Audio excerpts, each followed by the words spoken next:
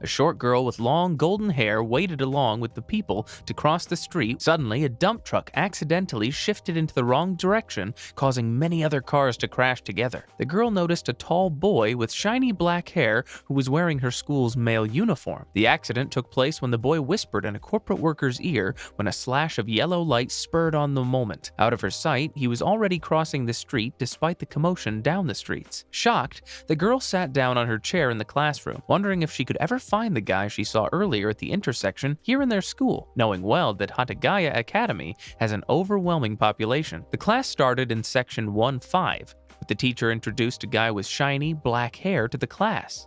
He introduced his name as Hatate Sota, a new student of the institution.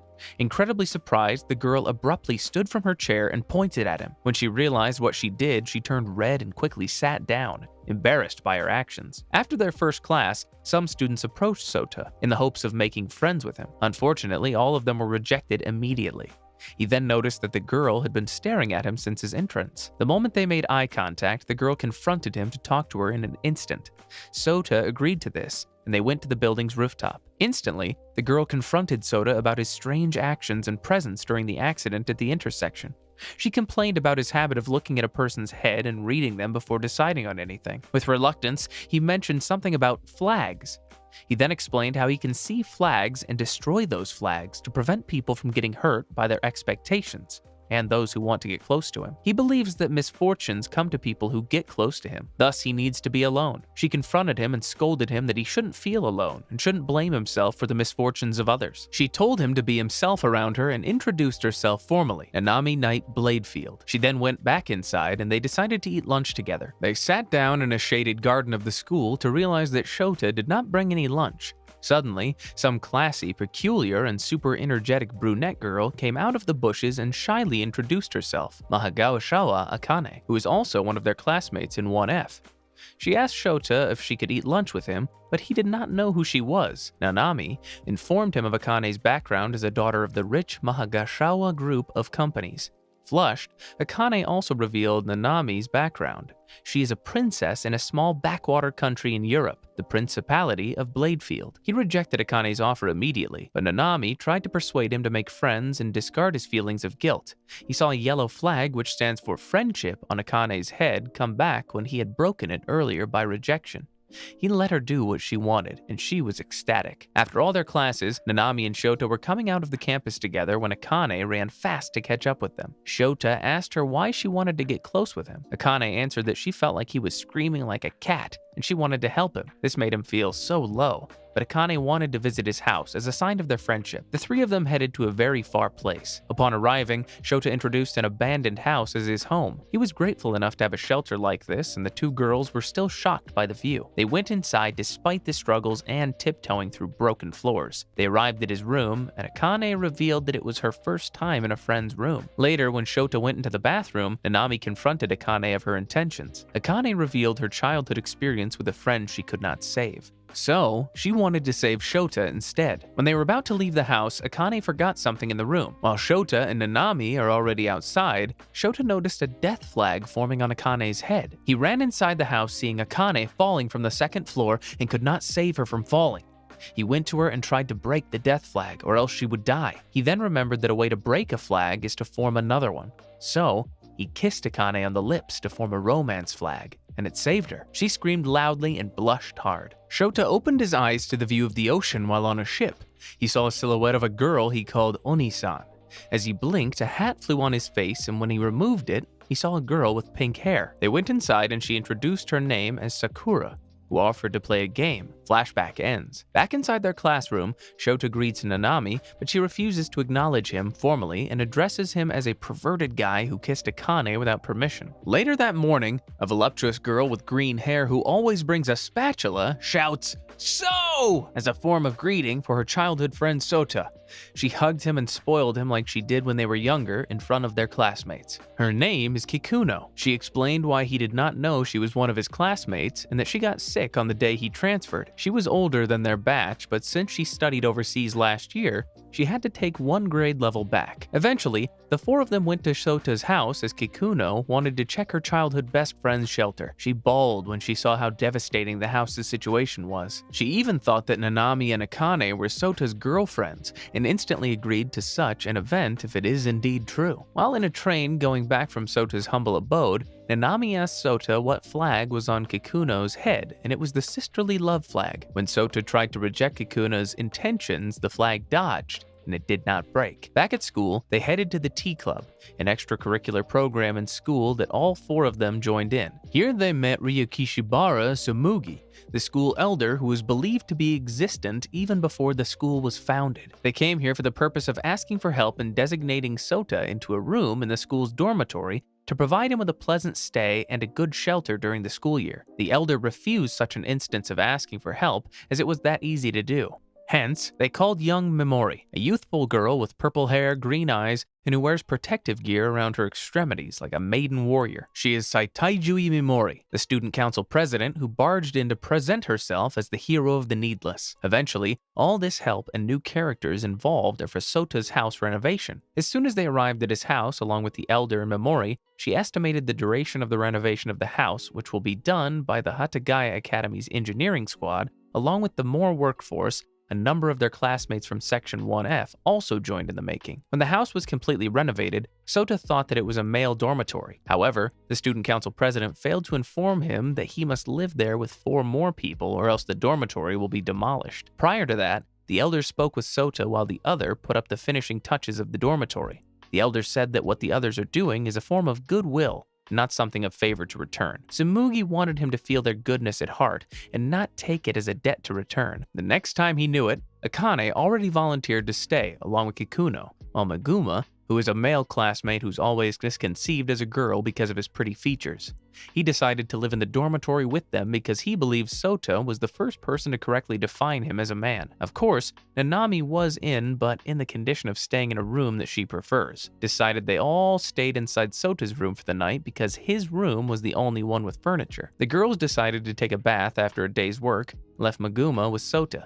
It felt awkward between them because they were new to each other's company. While being silent in Sota's room, waiting for the girls to finish taking a bath, Sota saw a manly flag on Meguma's head. Meguma has been misinterpreted and he wanted to peep on the girls to satisfy his self-perception of being a man. However, when they got there, Sota told him that a real man will not even think of peeping on anyone. When Sota went out of the bath and got beaten by the girls when he was pushed by Meguma inside, he found him walking away with a black flag forming. He quickly followed Meguma into a room and realized that he was not there. Instead, a treasure box had a death flag on it. As he opened the letter inside the box, he remembered his past about the girl named Sakura and their promise to follow the command of the winner. Sota was woken up by Akane on top of him. This overwhelmed him as he jolted to clear out the misunderstanding when Nanami barged in again to witness Akane's position. They quarreled on how Akane got access to his room and later found out that a spare key was given by Kikuno through her older sister privileges. While arguing, the three of them noticed something moving under Sota's blanket.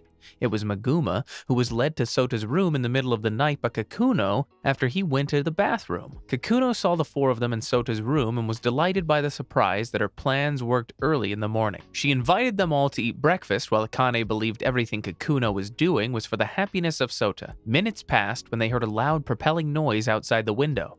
They immediately checked what was happening outside the window when a helicopter was drawing nearer to the window. A big refrigerator-looking parcel was left behind by the helicopter. They immediately went to the yard to see the box opening. As soon as it opened automatically, a female robot with long white hair, topaz eyes with a maid-like outfit went out of the box to greet them. She formally introduced herself as Ninja Bayashi Ruri, who will be the robot to be connected to the Quest dormitory. As soon as the robot bowed down to them, the head fell off, and it creeped all the way to them. They screamed. As soon as they got Ruri, the robot, inside, they managed to put the head back, and it continued to work anyway. It further announced that it was to serve Akane, who was the daughter of the owner of Mahagashawa Electronics. As they decided whether to keep her or not, Sota was fine with her stay.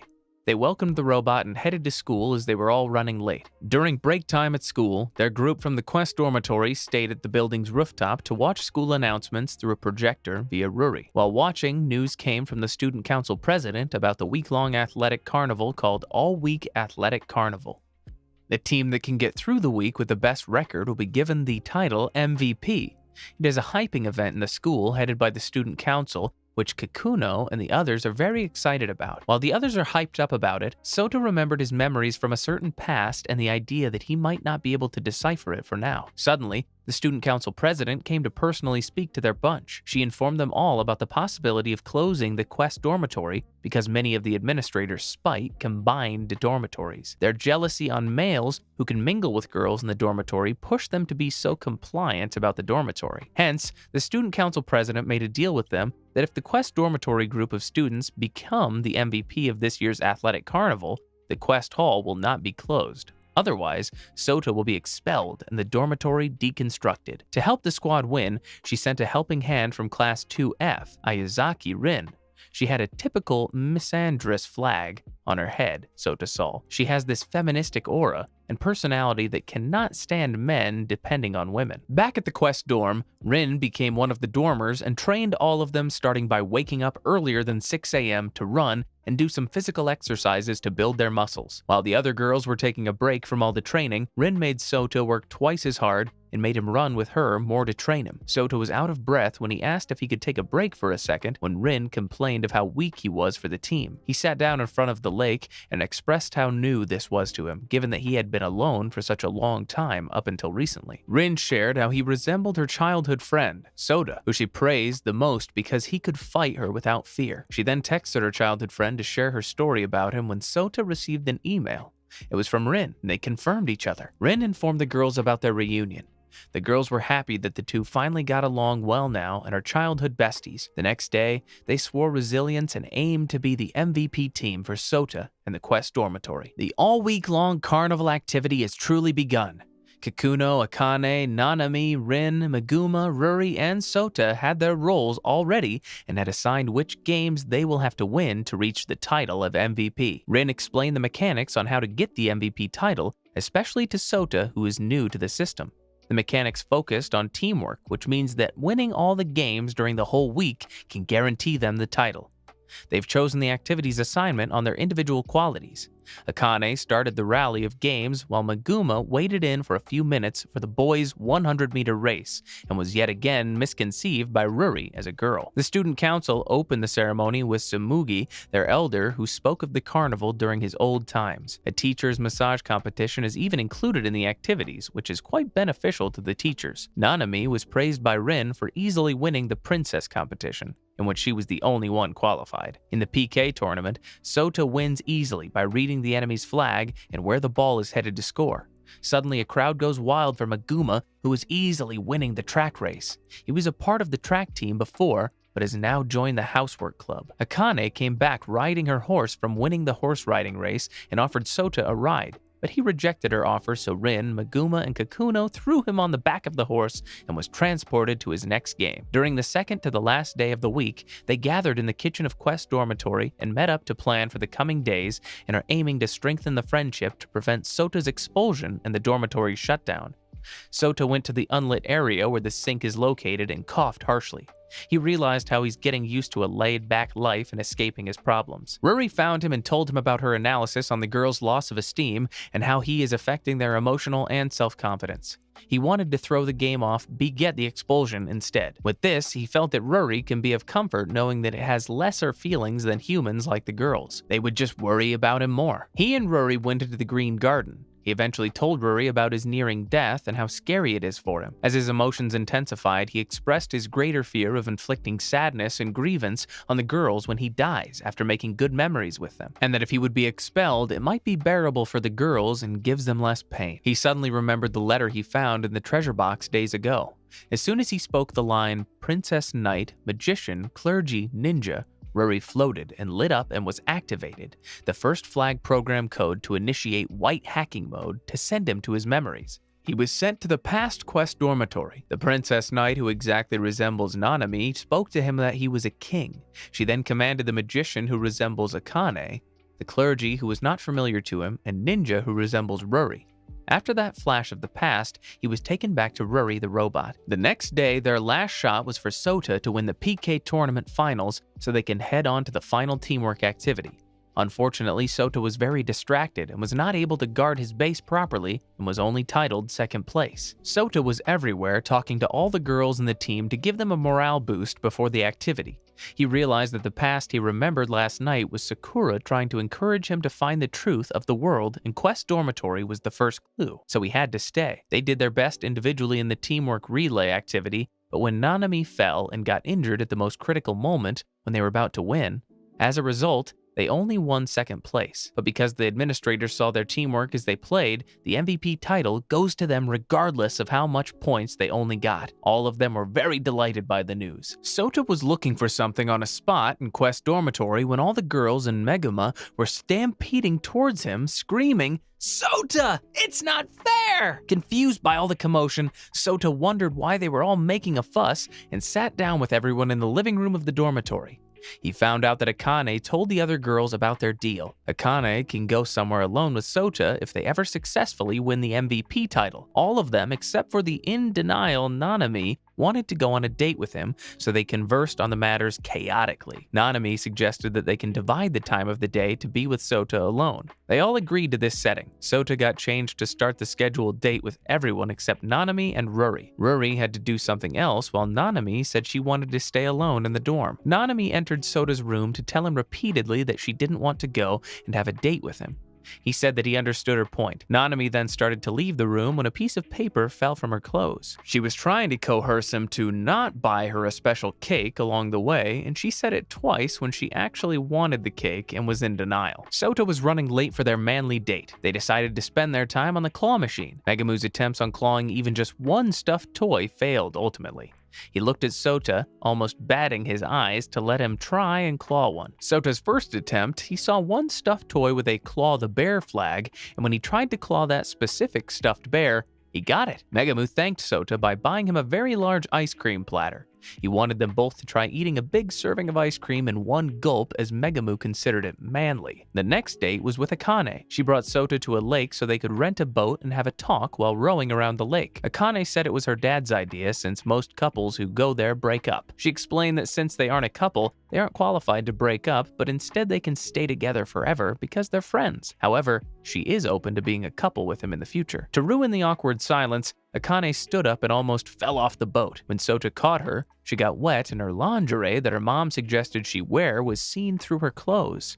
So to dry, she decided to bring Sota to the library where she and her childhood friend, who was taken away from her, were separated from each other. He was bound to have time with Rin after Akane. They went to a riverside and sat on a bench to talk about their childhood memories. Rin brought their pictures when they were young. She was red all over when she remembered a very confident time when they both took off their undies as a sign of confidence back then. It really did not mean anything for Sota since they were just kids and he did not remember that time. As a result, he had to carry Rin on his back as he headed to Kikuno. With their situation, the three had to go back to the dormitory to let Rin rest in her room. Kikuno's time with Sota was spent in her room while they talk about the sentimental object that Sota gave her when she lost her unborn younger sibling. At night, Nanami and the girls stayed in the lounge area. She waited for any of them to give her the cake she always wanted as a compensation for her very silent and loner day, but no one seemed to bring any. Meanwhile, Sota hung a paper bag on Nanami's room door. It was the cake she kept asking him and the others to not buy for her. Rory came to visit him along the hallway and told him of a secret underground in the dormitory. They went in and saw writings on the walls. Included in the drawings were the knight, magician, clergy, and ninja. Suddenly, a very bright light was shown from an opening to the forest of the Quest dormitory. Before following the light, he asked Rory to take care of the girls. As soon as he got to the source of the light, he saw a white-haired girl who seemed to know about the death flag on Sota's head. The 7 virtues, who are said to be born to cure the diseases of humans, come into gathering in a grandiose hall. A masked woman walked in. Number 0 was her name. She coerces the council to investigate on Hatate Sota's activities given his ability to show his own death flag and said to have defied his faith. So, she sent the white-haired named Daimyo Samurai Mei. Sota now has proof that the new girl has the same ability of breaking flags as him. There will be a camping event happening today. Two of the girls informed Sota that he will be joining the beach camp and the forest camp. The student council president believed that he had less swimming lessons, so he had to take the beach camp too, along with the original plan of being in the forest camp. As soon as they arrived at the destination, Akane attempted to run to the beach but failed as Kikuno and Rin took her to her designated forest camp. Sota, Meguma, Nanami, and Tsugumi went to the beach for a dip. Sota was reluctant enough to even dip into the water until he was pushed by Tsugumi into the water. As soon as he stepped in, he vomited. The closer he gets to the ocean, memories rush through his mind. His inability to normally approach the beach may have something to concern with the premium ambriel, according to Ruri. They explained how devastating Sota's past is and what he's gone through to Tsugumi, who did not know about it. She then took care of Sota to slowly become familiar with the water, but with several more attempts. He failed and wanted to take a break. He sat down on a bench under the shade of a tree, quite far from the beach. While on his break and almost severely sad about his failure, a red-haired kawaii girl with a hay-made hat offered him a drink. As he burst out the unfamiliar bland-tasting drink, it was udon from the station that had diluted until it looked like a sports drink, explained the girl. The girl's name is Daishie Kiyogawa Kuramiko. When he heard her name, he immediately remembered the letter. He asked her if she was a part-timer. She got shy and said goodbye while walking away. The next day, Sota was to join the forest campers, but an announcement was made. Forest campers will be switching with the beach campers to give them a new perspective. So, he still ended up going to the beach with Kikuno, Rin, and Akane. While the others enjoyed the beach, Sota sat on the sand watching them when Kuramiko popped up to sell her ice cream pops at the beach again. He ended up speaking to her when Akane asked for his help on a cucumber stuck in her cleavage. Akane met Kuramiko and bought all her ice cream and shared it with the other campers. Being asked about how she spends her profit, Kuramiko ran away after she had sold her ice cream because she felt like she did not belong. This event made Akane remember her childhood friend and got worried about the girl Kuramiko. Eventually, Sota accompanied Kuramiko on her way and conversed with her. As soon as she felt comfortable, she thanked him and promised to thank Akane when they met again. Suddenly, he saw another flag pop up from the girl's head, Story Progression 2. The girl showed Sota her favorite secret spot. When she showed him a cave, she honestly told him that she already knew who he was before he even introduced himself.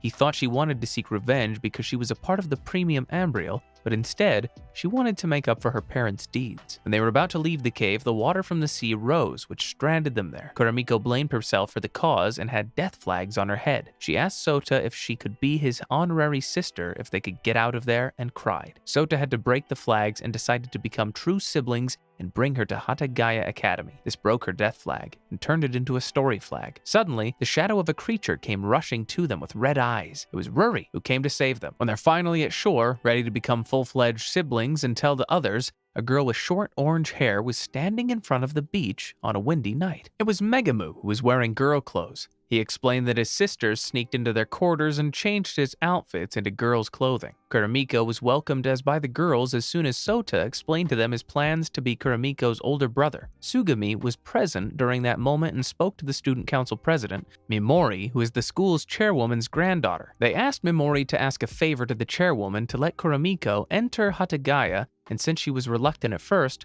Tsugumi asked Sota to take her to a date as to give back to Mimori. They both agreed to it, and the next day Mimori was wearing a white dress that showed quite skin and her cleavage. They spent their date at a stream in the forest. Sota felt quite nice to be with a girl whose flag can't be seen in an instant. Mimori apologized because she felt like she was boring him. He then expressed how great it was that she's living her life to the fullest.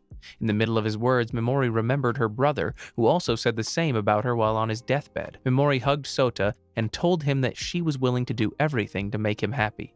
Then he saw a rectangular flag that said, "I love you," on Mimori's head. He queried internally in his head if it was also a type of flag. Soon, they realized how close they were with each other and got awkward. When they came back to school, although Mimori did what she could, the administrators did not allow it. Sota informed Kuramiko of the bad news and said goodbye. Going home to the Quest dormitory, the girls discussed the beach. When they arrived, Kuramiko was the one who welcomed them in. They asked how she got there and pointed at Mei, the white-haired girl who brought her in. When they gathered in the lounge area, Mei informed them that she altered the data in the school and allowed Kuramiko Kuramiko in. Also, the student council is present because they will be living in the dormitory too. Mei talked about flags and the Council of Virtues with Sota after he brought Kuramiko to school. Mei allowed him to see how he has changed the fate of many by altering their flags. Nanami and Akane's deaths were prevented because he changed their fate, and a lot of more people who are now his friends. However, after they came back to the present world, Sota coughed up blood caused by the activation of his death flag. Mei tried to hold and remove the flag and saw how death and fear would feel like. She was able to delay the activation of the death flag. However, Sakura, the Sacrament's soul, came and took away Mei's memories. When they both woke up, Sota asked Mei about the Council of Virtues and the flags, but Mei can no longer remember what those were. A summertime, when Sota is laying down on Kikuno's lap to have his nap, he was being fanned and spoiled by Kikuno when Rin went over to tell her to stop spoiling or else he might be a useless bum. Sota recognized Rin's presence and defenseless, he offered her to have a nap and eat popsicles. They were just chilling around and talking about the girls leaving the dorm for summer when the topic switched to Mei. Mei has become softer after that event, and he was still confused about her lost memories of the 7 virtues and the flags. Suddenly, a huge blow landed in front of the 3. It was Ruri who took Sota away by flying him out of them with her jet wings, leaving the 2 girls behind. They landed on pure ground. It was Akane's home, where Ruri brought him. Akane explained that Ruri zoomed off after she said she wished to see him and took him in her house as a loyal robot. Akane informed Kikuno about what happened, given that they were left behind without notice on where Ruri was bringing Sota. Eventually, all the girls from the dormitory came except Nanami, who was far in her country, and Mimori, who went home. They were welcomed by Akane like a true heiress in a huge manner. They gathered and ate while following Akane's table manners when suddenly Akane ordered the butler to give Sota an extra cut of beefsteak. All the girls did so too and made him eat a mountain of beefsteaks. After dinner, Sota was having his time in the big hot bath in Akane's house when someone entered.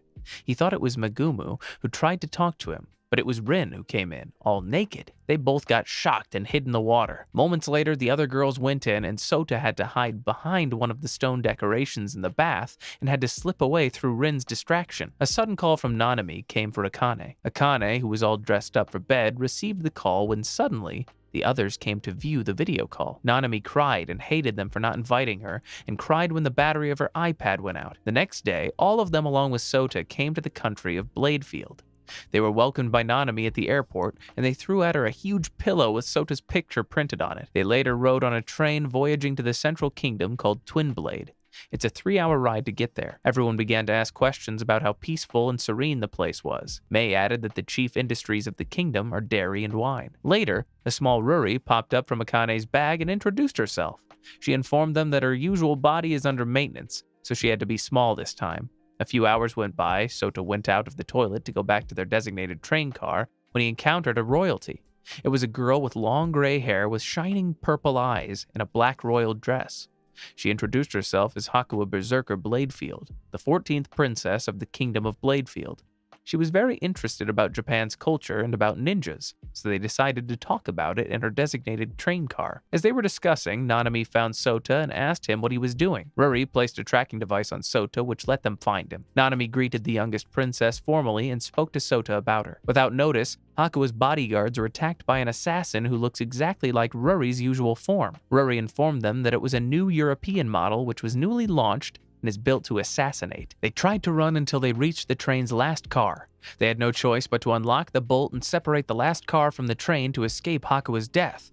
The assassin was built to kill her, but they managed to escape. Before the assassin could even jump to catch them, she was struck by a mysterious masked girl. They were able to escape because of a new skill Sota unlocked by using flags. Instead of just reading them and changing the flags, he was able to use the flags to find a solution and escape. Nanami asked him what they needed to do now that the train left them behind, and he answered that they should just walk then. The narration goes, it was a story of death and rebirth, a sad tale of strange flags and heroes. A once peaceful country was plunged into darkness. The goddess in heaven was tainted with darkness and entrusted her power to a boy who was to die soon. She turned him into a flag. It was the royal flag that could change the fate of the kingdom. The princesses and heroes fought for their lives. The knight, magician, bishop, and ninja lost theirs at the first gate, and the samurai was cursed while protecting the flag at the second gate. The queen was separated from the heroes at the third gate. She tried to escape with the flag. The 3 of them who had to walk to reach the castle arrived at the kingdom's common center. Hakuwa was awed by all the most common things that were so new to her. They sat down on the fountain area to rest while Sota queried Nanami on what to do next when she told him that the Council of the Seven Virtues will soon find them and bring them to safety, despite them being the least of the king's concern, except for Hakuwa. She also shared a secret to Shota about the king. It was told that the king doesn't have much time left, which means that the guards will have to move fast in bringing all the princes and princesses to their father before it's too late. Eventually, men wearing green robes approached them along with a yellow-haired girl that served as their leader. They are to bring the princesses back to the castle. Suddenly, all the girls that were on the train ran to Sota and hugged him. Many of them cried out of worry, and some were confused about the new girl who was holding Sota's arms since they arrived. Hakuwa was introduced by Nanami to the other girls, and they were all brought to the castle safely. As soon as they got there, Elia, the crowned prince, greeted them and thanked Sota for saving his sisters.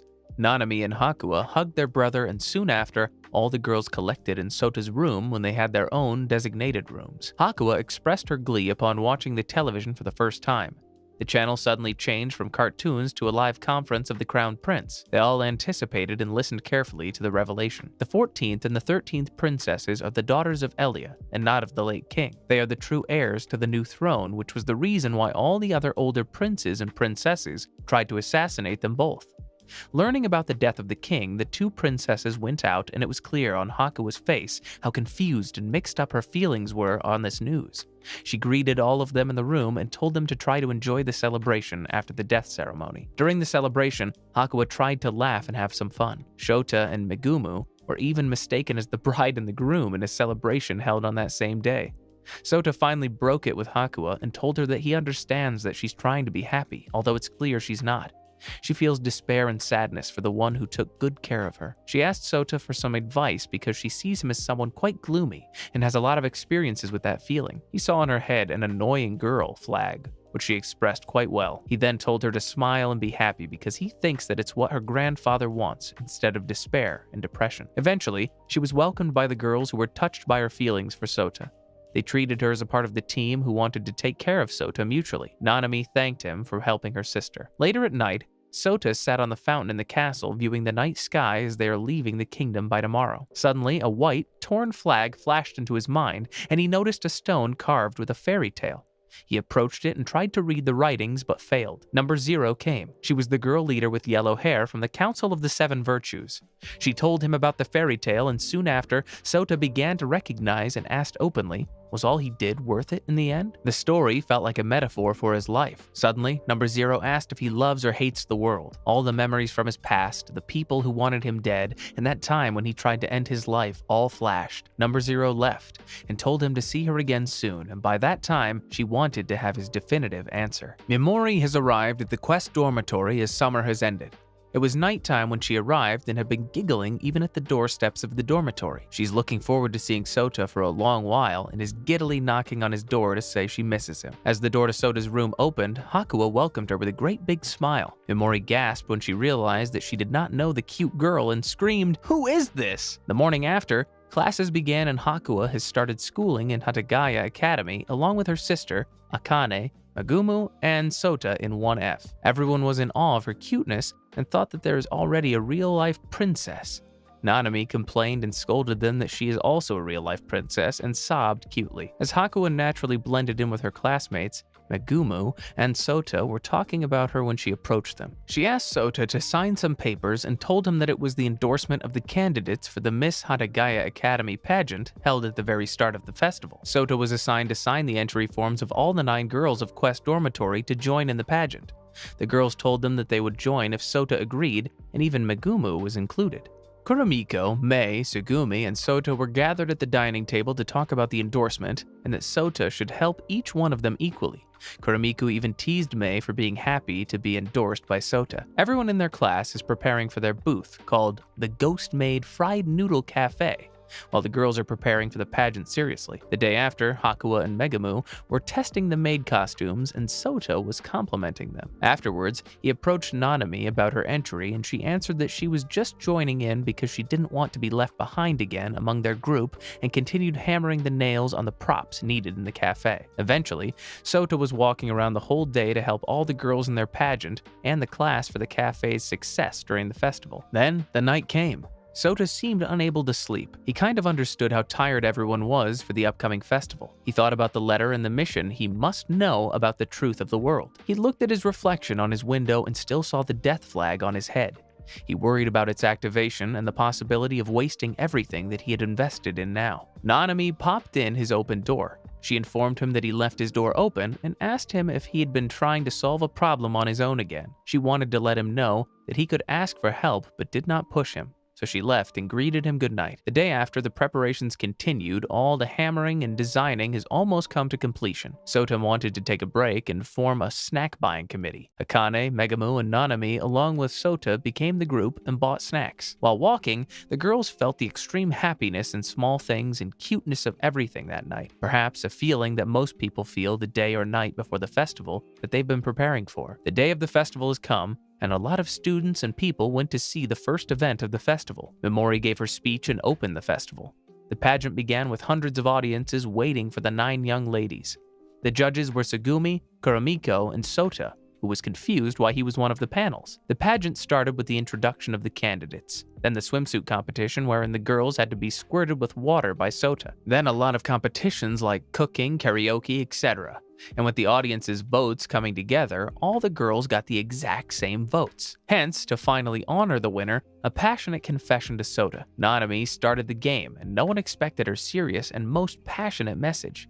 She wanted to give him another peace of mind. She wanted him to keep hanging on, and from there, Sota felt the happiness of knowing that someone out there thinks of him, and then he cried silently. Without any fight, the girls cried, touched by her message to Sota, whom they love and care for. Finally, Nanami won despite her not even planning to win anything. The prize was a free pass to the festival and to any stalls without paying anything. After all the eating and roaming around the festival, both decided to go check their class's cafe and see how it was going. When they were approaching the stairs, a girl with long black hair jumped on Sota and pleaded with him to hide her from something. The 3 of them hid behind the stairs outside one of the classrooms and checked if the fans that were chasing after her were gone. Sota asked her what she did that made them chase her.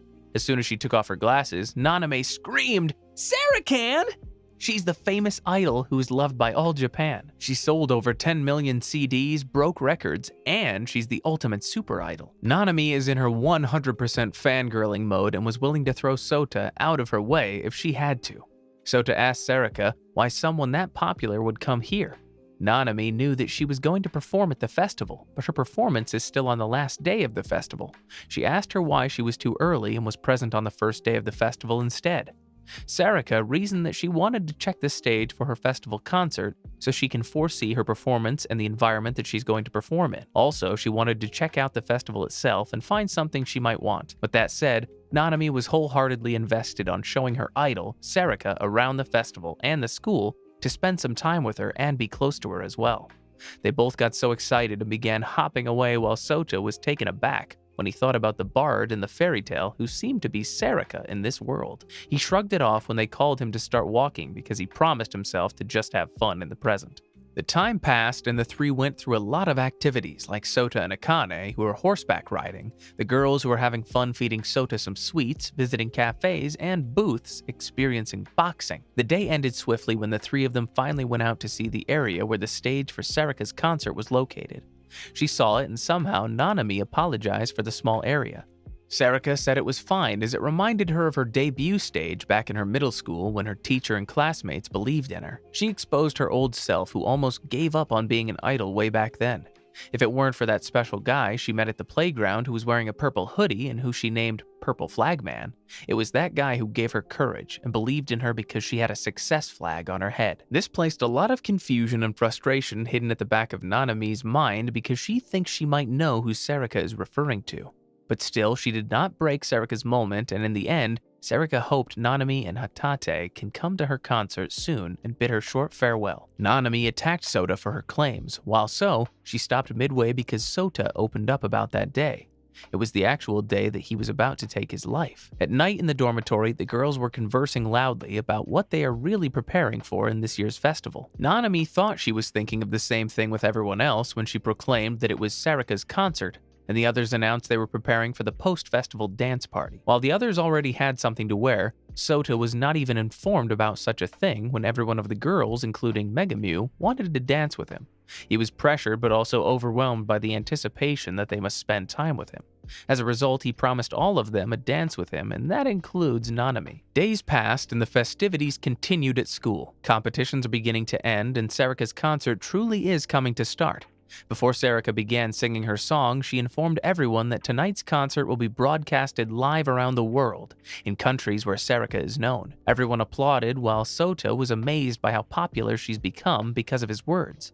He felt happy for her, for fighting to achieve her dreams. Sarika searched for Nanami among the crowd, and when she finally saw her, she smiled. As her gaze came across Sota, she remembered how similar his smile is to the purple flag man, and realized who Sota was. She began her song, and the people started to dance along. Sota saw a bright flag on her head, and then on the head of the people in the audience. He realized that his death flag does not always bring him malice and evil. He realized that there are people in this world who would willingly stay with him to override his despair and depression, those with kindness stronger than malice. Like Nanami said, he can use his powers to save lives instead, and that's what matters. That's how he can love his world instead of turning back on it. When he was ready to accept the bright light and embrace the goodness of the world, suddenly, everything froze.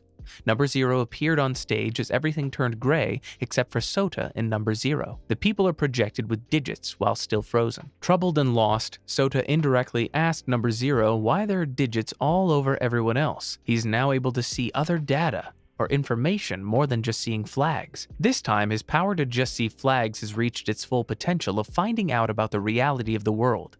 These digits have already existed but cannot be seen by the naked eyes of normal people, unlike him. And because of the fast-paced growth of his powers, it has strained the servers of the world. Number 0 explained that the world he projects as the parallel world he traveled to with May is just one of the many virtual worlds that the Council of the Seven Virtues created to counterattack the Angel Boat, which is a system that exists in cyberspace to watch over the real world went berserk. And if not controlled, the real world will soon be controlled by computer systems like the Angel Boat. Sota finally understood his purpose. His powers are needed to defeat the Angel Boat and save the world, as it can alter the data of all events and return the control over the system watchover. He asked for one more question before completing his task. Why was he chosen to be the one? She answered that it was because the sacrament named Sakura gave her powers to him, and it was the sacrament's decision to offer her powers to Sota. After their encounter, the world went back to normal, and when the post-festival ball came into place, Sota was outside the Quest dormitory appreciating its beauty for the last time, and openly apologized for breaking his promises to the girls who were waiting for their chances to dance with him tonight. In the real world, 72 of the financial marketing has been controlled by the Angel Boat, while the electricity, digital equipment, and techno are glitching abnormally. This includes the cell phones people use and even the stoplights to control the traffic. The Council of the Seven Virtues are trying to hold it off and control the disaster with what's left. Number 0 told him to wait as the weapon, Sota Hatate, is coming for the Angel Boat. Sota wore a cape and an eye equipment shield to utilize his powers. He then went into cyberspace where one-eyed monstrous beings with huge durable wings in drastic numbers surround him. They initially attacked Sota but were victimized by his death flags, and some have fallen while a growing number of dreadful monsters appeared. While he battles for the world he wants to protect, Nanami is worried sick trying to figure out why Akane can no longer remember who Sota is when she asked her about Sota's absence during the ball. She tried to ask the other girls who were members of the Quest dormitory about Sota, but no one knew of him at all. Almost paranoid, she even tried to let them remember him by attempting to open his room at the dormitory, but all they say is that it was a locked room where Akane almost died from falling, and it was still a dangerous place, so Memori said no one was allowed to get in. Back in cyberspace, Sota has lost much of his energy from the never-ending fight with the Angel Boat. He fell to his knees but continued to try fighting when he heard Number 0's voice from a telecom telling him to fall back.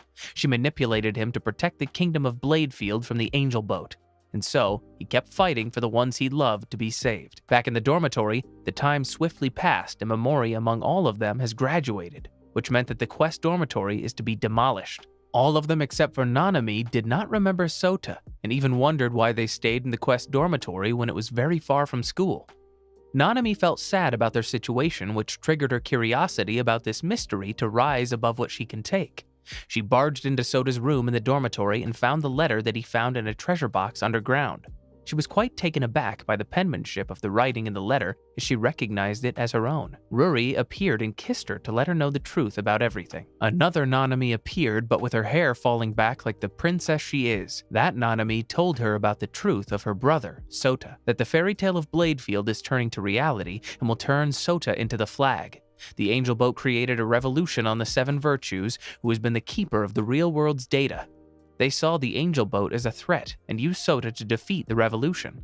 However, this endangers Sota's life if he fights by himself. In return, the world will continue to be disrupted into divided virtual worlds and controlled fully by the angel boat, if not won over. Nanami's memories were scattered because of her attempt to travel into virtual worlds. She explained that Nanami herself was worried of her brother and was trying to save him from his dreadful destiny written in the prophecy, thus followed him into the virtual world. In return, her virtual self was imprisoned. Her virtual self is encrypted in Rory because she ran low on power to configure her program and accidentally found Rory's body. And now that they've met, they're ready to synchronize and help their brother. The girls followed her into his room. Akane was crying, trying to figure out why she felt like she forgot something important. Nanami asked them to save him and explained about her brother. They gathered around the treasure box underground and remembered Sota's presence and role in each of their lives. The surge of light blasted through the skies, and the scene shifted to cyberspace where Sota is constantly fighting, while Number Zero rejoices with joy. Death flags began to appear. He asked himself what was happening. Suddenly, a huge ship blasted with a burst of light. Everyone anticipated as Nanami and the girls present themselves as his reinforcement flags. Defenseless and speechless of his blessings, his eyes almost rivered with tears at the sight of them, his strength and reason. They all fought alongside Sota, braving themselves for their love and lovely feelings for him. He kept asking them why they're having this fight with him when he no longer had anything else to repay them with for helping him. Akane reassured him that he was something special to each of them, enough and ultimately sufficient to let them risk their lives and save him. He's filled their hearts with joy, like how he filled Akane's heart with emotions after she felt empty when she lost her best friend. Kikuno unleashed her red dragon and fought off the angel boat monsters alongside Megumu, who uses his knives to fight. They all fought together, even Ruri and Memori. On spur of moment, an enormous circle of thick yellow light like an angel's halo emerged from the boat. They all worried and witnessed its overwhelming light and radiating power. It showed Sota the last final boss flag, which simultaneously transformed into an angel with the body of a large boat. The entity blasted its harmful light to them all, but only Sota was able to shield it. He saw all the girls lying on the ground, harmed and unconscious. With all his might, he tried to contradict the light attacking him. Almost losing his strength, he tried to calm himself and thought of which exact death flag can he use to win over the angel boat. As he began to learn about the flag to choose, he was brought back to a memory of the premium Ambriel, the beginning of everything. All of them, including the dorm members, were there, in the sinking and burning ship. Before running away from danger, he saved a girl with long gray hair. She introduced herself as Laplace's demon. Before he knew it, he was separated from the girls, and is helping a man trampled by furniture. Sota was trampled by stones soon after, but the man ran away without helping him. Soon after, the man came back with the girls when Sota almost had no hope to be saved. He doubted them for a second, and guilty of such, he cried. The ship was breaking more than ever, scaring him that everyone who was helping him would die because of him. Laplace's demon made him realize what he needed to understand. He's been using only his death flag to fight when he himself doesn't really have a death flag. All those who are trying to help him has their own death flags too. She said that he must combine all the death flags into one and shoulder the burden. Despite his sorrow about the truth and his fate, he accepted it and asked the demon to give him all their death flags. The demon will erase everyone's memories and none of them will ever have met, and he will continue to curse everything until the end. However, it was not the deal for him. He promises to see the world beautifully. And so through their bond, they were able to defeat the angel boat, and everything returned to normal. However, as soon as Sota awoke, he asked where he was, and Number Zero appeared and answered that they are now in the real world. His fight was successful despite some trouble. The angel boat has left the world behind. She explained his decline to enter Hatagaya Academy and how he met Laplace's demon in the sacrament. She continued that those entities were virtues of self-sacrifice and bonds respectively, and that somehow humanity was being tested on whether they would be subjects to a heartless system of networks or if they could take each other's hands to live together. Number 0 took off her mask and revealed herself, Nanami, perhaps Kagura Bladefield, and offered her gratitude to Sota. She revealed her final words before leaving him, that his time and memories in the virtual world with the girls and the people he met that made him see the world as something beautiful to live in is just a mere flash of reality.